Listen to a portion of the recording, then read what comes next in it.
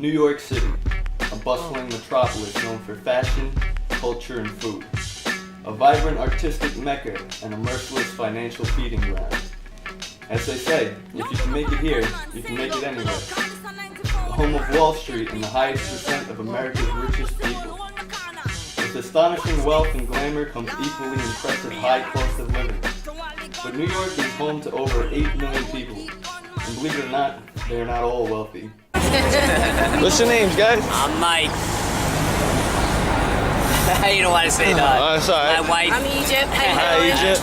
So you guys just trying to get in a warm place to stay tonight? Yeah, you know, try to do it every night, man. You can't really beat Get that. a meal. Where- 2 nights Where do you get $40 a night? at a friend's house. We go to Oh. Got the bills kid. to pay, so we can't just go no. lay in his crib. Right. With nothing. Can't come empty-handed, man. Shit's hard, but He helps us out and we help him out. You know what I'm saying? That's good. At least you got someone helping you out in your life. How'd you find your way out here? my brother, really. Okay. Yeah. Come on, Yeah, people. here for I'll be him. back. We're from there to Texas to fucking Seattle, Washington, and all over there. Like this way. We got all different kinds of signs, you know. Sometimes we get it, sometimes we don't, man. You know. Have you ever stayed in like one of these shelters or something around We here? have, and they're nasty as fuck. They're horrible, right? It's disgusting, man. It's terrible. Did you have to stay outside this winter at all? Nah. No? Well, off and on. Yeah. Off and on. We're out here. It was cold this winter. Hell yeah. We Fuck. sleep over there by the bank. And we're on a waiting list For a shelter? for an apartment. Oh, for an apartment? Yeah, it takes a long time. It's a little harder for couples, though. Right. They only do singles. It's kind of stupid. Yeah, I mean, Whatever. damn. So, is there a shelter in the city in Manhattan you could go to if all else They're failed? only drop-in centers. Right. Yeah, you can stay So- one night and then you gotta get kicked out early in the morning. And they fill up a lot, I'm Fill sure. up really fast. But like I said, Tough. since it's summertime, we're hoping we can get in there because a lot of people are leaving. This shit staying outside shit is not cool. No. Kids, don't try this at home. All right. I wish I had more to give you. Nah, what you gave me was good enough, man. Thank you. Came from right here. Nice to meet you. Peace out. This was my first interview with a homeless person. Although Egypt seemed friendly and willing enough to talk about her situation, many others were not. I quickly realized the suspicion my camera aroused. Most people I asked to interview declined to be filmed. Some were even hostile when the proposition was mentioned.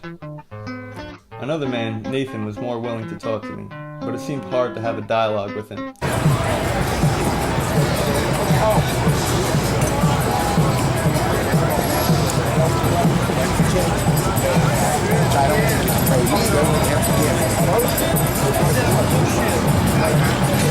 Oh, is that a tattoo?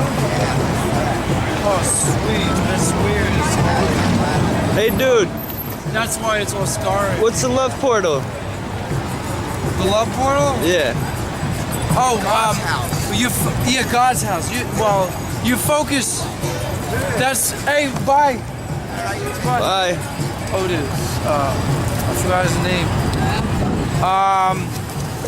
What's your name?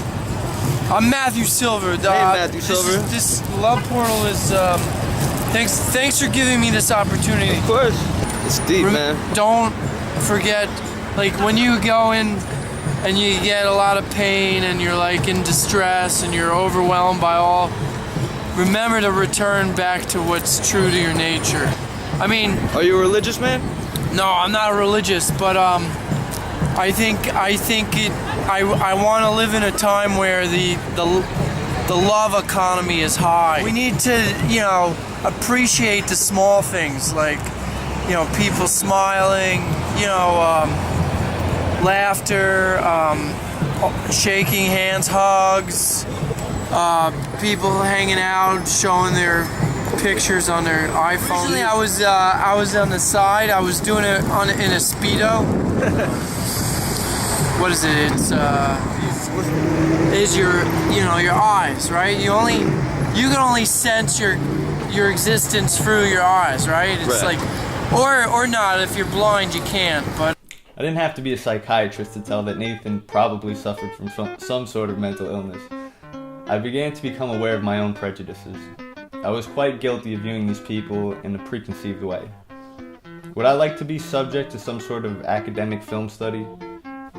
Wouldn't I be reluctant to speak about myself on camera, defining who I am with the title as homeless man hanging over my head, and as a precursor to every statement I made? I began to wonder if I was going about this in the wrong way. I decided for my next interview I shouldn't come out camera blazing. I figured the most decent thing to do would be to form some sort of relationship with the person before I asked them to divulge personal life stories. Duh, right? So that's what I set out to do. OG is a 59-year-old black man. He begs for change in a train station I often travel through, and he's always very kind. First thing I have to say about OG is that hanging out with him was like hanging out with an old friend. You shake hands, still be friends. We're gonna be sitting in a fucking hot tub. Still gonna ride a cab, you know what I'm saying? You don't need no limo. Ride a bike, rollerblades. Yeah, get some roller skates, man, you know. Get over there. Good man. OG was kicked out of the army and returned to his daughter whom he had fathered at the age of 16.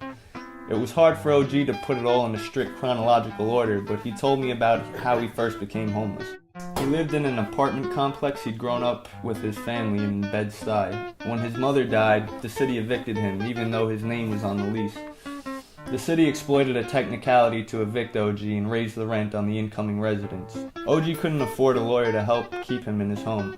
He also shared with me the heartbreaking story of how his daughter was brutally beaten to death at the age of 38 by her abusive boyfriend, a man who remains a fugitive and was never caught. I began to understand why he didn't want me to film our discussion. I don't know why OG can't support himself. He said his two brothers were pretty financially stable, one being a career military man and the other owning a car dealership in Georgia. I see OG pretty frequently. He never seems high or drunk, nor does he appear to be mentally unstable. I can only speculate as to what keeps him living day to day, depending on the kindness of strangers. And although that may be all well and good for Blanche Dubois, it's a real shame that it's the best we have to offer an American veteran. Although I had a lot of difficulty getting interviews on camera, I suppose I did achieve in some slight way what I set out to do, which was to tell the stories of those we choose to ignore. And as cliche or corny as it may sound, I started out trying to make a film, but wound up making a friend. One thing to always remember is that these men and women are people just like you or I. They're just people in a little bit more need. Cold, hungry, alone, and ignored. They need food, they need shelter, and above all, they need our love. I want to live in a time where the love economy is high and flowing.